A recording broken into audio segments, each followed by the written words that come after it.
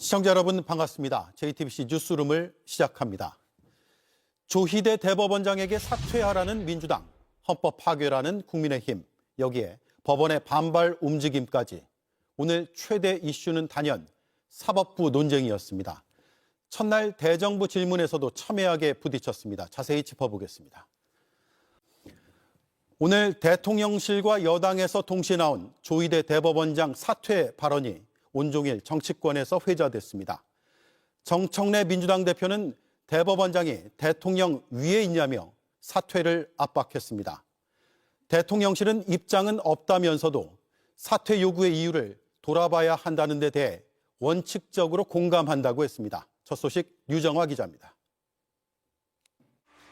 대통령실은 여당 지도부에서 나온 조희대 대법원장의 사퇴 요구에 힘을 실었습니다. 아직 저희가 특별한 입장이 있는 것은 아니지만 시대적인 국민적인 요구가 있다라면 임명된 권한으로서는 좀 돌이켜봐야 될 필요가 있지 않나라는 점에서는 아주 원칙적으로 공감하고 있습니다. 대통령실이 사법부 수장의 사퇴를 압박한 거란 해석이 나오자 강유정 대변인은 다시 설명에 나섰습니다. 국회를 통한 국민의 요구를 귀담아 들어야 한다는 원론적인 발언이라고 했습니다.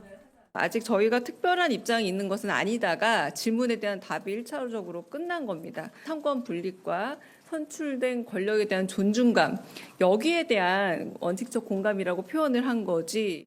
앞서 대통령이 임명된 권력, 즉 사법부에 비해 국민이 직접 선출한 국회가 앞선다고 했던 걸 강조한 거라고 했습니다.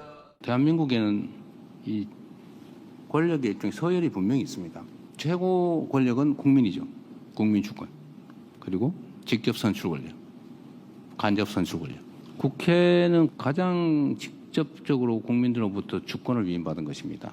더불어민주당은 조 대법원장 사퇴 공세를 강화했습니다. 지난 대선 당시 대법원이 이 대통령의 공직선거법 사건을 유죄 취지로 파기환송했을 때 조 대법원장이 이재명 후보의 최대 정적으로 부상했다고 했던 법조계의 내부 비판을 인용했습니다. 법원의 정치적 중립은 조희대 대법원장 본인 스스로 어긴 것 아닙니까? 지금이라도 사퇴하는 게 맞다고 저는 생각합니다. 대법원장이 그리도 대단합니까? 대통령 위에 있습니까? 국민의힘 역시 대법원 파기환송을 언급했는데 정부 여당의 대법원장 사퇴 요구는 이 대통령 관련 재판 결과를 뒤집으려는 것이라고 주장했습니다. 가장 이해관계가 있는 사람은 이재명 대통령입니다. 그로 인한 최대의 수혜자는 이재명 대통령입니다. 대통령께서 직접 입장을 밝히면 될 일입니다. JTBC 류정화입니다. 오늘부터 시작된 국회 대정부 질문에서도 이 문제가 뜨거웠습니다. 야당은 이재명 정부 독재 시작이라고 주장했고 여당은 내란 세력을 청산해야 한다고 맞섰습니다. 고성이 터져나오기도 했습니다. 강희영 기자입니다.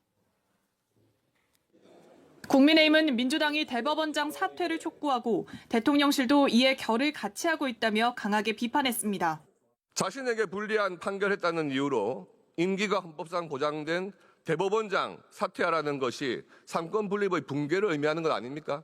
삼권 분립을 해야 하는 특별한 언급을 어떤 것을 갖고 말씀하시는지 모르겠습니다. 사퇴 촉구가 촉발된 민주당의 내란특별재판부 추진에 대해서도 정부를 강하게 몰아붙였습니다. 판결도 특별재판소와 일관 공정을 만들어서 마음에 드는 판결을 끄집어내겠다는 것 이상 이하도 아니다. 이것은 독재의 시작이라고 저는. 민주당은 내란 세력 청산이 필요하다는 말로 맞섰습니다. 내란 좀비들이 모든 권력, 검찰, 경찰, 윤석열 정권의 내각, 그리고 군대, 그리고 국민의힘, 사법부까지 침투해서 또아리를 털고 있습니다. 위헌정당 해산 심판을 언급하며 국민의힘을 압박하기도 했습니다. 국민의힘 정당 해산 심판은 윤석열의 유죄가 확정되어야만 가능합니까? 그렇지 않습니다. 정당의 목적이나 활동이 민족 기본 질서를 위배했는지 안 했는지를 그런 요건에 맞춰 종합적으로. 여야 공방이 가열되면서 본회의장 곳곳에서는 고성이 터져나왔고 민주당이 시급히 해야 할 일이 무엇인지 알려주도록 하겠습니다. 그것은 바로 이재명 대통령 탄핵소추안을 발의하는 것입니다. 우원식 국회의장이 중재에 나서기도 했습니다. 비상계엄은 판단하기에 따라서는 인명피해도 없었죠. 짧은 시간이었죠. 이보세요. 들어보세요. 대정부 질문이 진행 중이니까 조금 들으시죠. 국회는 내일 외교통일 안보 분야에 대한 대정부 질문을 이어갑니다. JTBC 강희연입니다. 네, 정치부의 최규진 기자가 나와 있습니다. 대법원장의 사퇴 요구에 대해서 법원의 반응이 나왔습니까? 일단 대법원장의 사퇴 요구에 대한 공식 대응에는 신중한 모습입니다. 예. 하지만 이 현직 판사들 사이에서는요, 당혹감과 함께 삼권 분립 침해다, 이런 강한 반발도 나오고 있습니다. 한 부장판사는 대법원장 임명권을 가진 대통령실에서 거취를 말하는 건 사법부 독립 침해라고 했습니다. 정당에서 의견을 낸 것보다 상당히 심각하게 바라보고 있는 겁니다. 예. 또 다른 부장판사는 전담 재판부라도 이 특별 재판부를 뽑는다는 건 위헌이다. 무작위 배당 원칙에 어긋난다라고 지적했습니다. 국민의힘도 사법부를 향한 선전포고라면서 거세게 반발하고 있습니다. 장동혁 대표의 발언을 직접 준비했습니다. 예. 나중에 퇴임 이후에 이재명 대통령에 대한 재판도 결국 공범들의 판결과 마찬가지로 유죄 판결이 될 것입니다. 그것이 두렵기 때문에 조희대 대법원장의 사퇴를 요구하고 있다고 생각합니다. 네, 여당과 대통령실이 조희대 대법원장 사퇴 주장에 공감대를 갖고 있는 것으로 보이는데 하루아침에 나온 건 아니죠. 그 배경이 뭐라고 봅니까? 일단 여당은 기존 사법부에 대한 국민들의 불신을 이유로 들고 있습니다. 지난 3월에 윤석열 전 대통령을 석방해준 지기현 부장판사, 당시 구속기간을 분 단위로 계산을 했습니다. 당시에도 전례가 없는 결정이라는 지적들이 나왔는데요. 또 조희대 대법원장의 경우 대통령 선거 직전 당시 이재명 대선 후보의 재판을 많은 사람들의 예상을 깨고 유죄 취지로 파기환송해서 선거 개입 논란까지 불러일으켰습니다. 예. 이 같은 행태들이 국민들에게 불신을 주고 있는 만큼 현 재판부가 아닌 내란 전담 재판부를 설치해서 맡겨야 한다는 게 논리입니다. 관련해서 김민석 국무총리가 오늘 대정부 질문에서 발언을 했는데 이 또한 들어보시겠습니다. 예.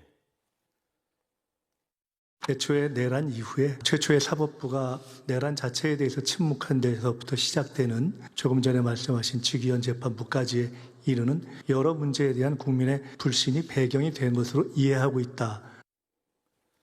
네, 사법부의 독립도 중요한데 동시에 사법부의 반성이 필요하다 이런 의견도 있어요. 네, 맞습니다. 어제 한정혜 민주당 정책의장이 이런 말을 했습니다. 법안을 추진하기 전에 사법부가 먼저 자체적으로 판단해주면 좋다라고 말을 했는데요. 그러니까 사법부 스스로 자정작용을 할 수가 없다면 국민들의 선택을 받은 입법부가 나서서 재판부를 설치하겠다는 겁니다. 예. 앞서 예로 들었던 윤 전 대통령 석방이나 이제 이재명 후보의 재판 파기환송과 관련해서는 사법부의 반성이나 설명은 한 번도 없었는데요. 국민들의 논란이 상당히 컸던 만큼 사법부의 입장 표명이 먼저 있어야 한다, 이런 의견도 있습니다. 다만 이 일각에서는 이 사법 독립과 별개로 이 내란 전담 재판부 설치는 위헌 논란이 있기 때문에 신중히 다뤄야 한다, 이런 의견도 있습니다.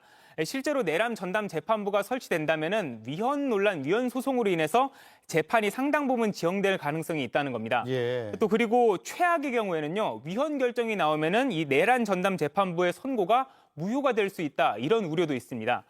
이와 관련해서 김민석 총리는 무엇이 위헌인지는 구체적으로 지적하면서 국회 과정에서 토론하면 된다라고 말했습니다. 예, 잘 들었습니다. 최규진 기자였습니다.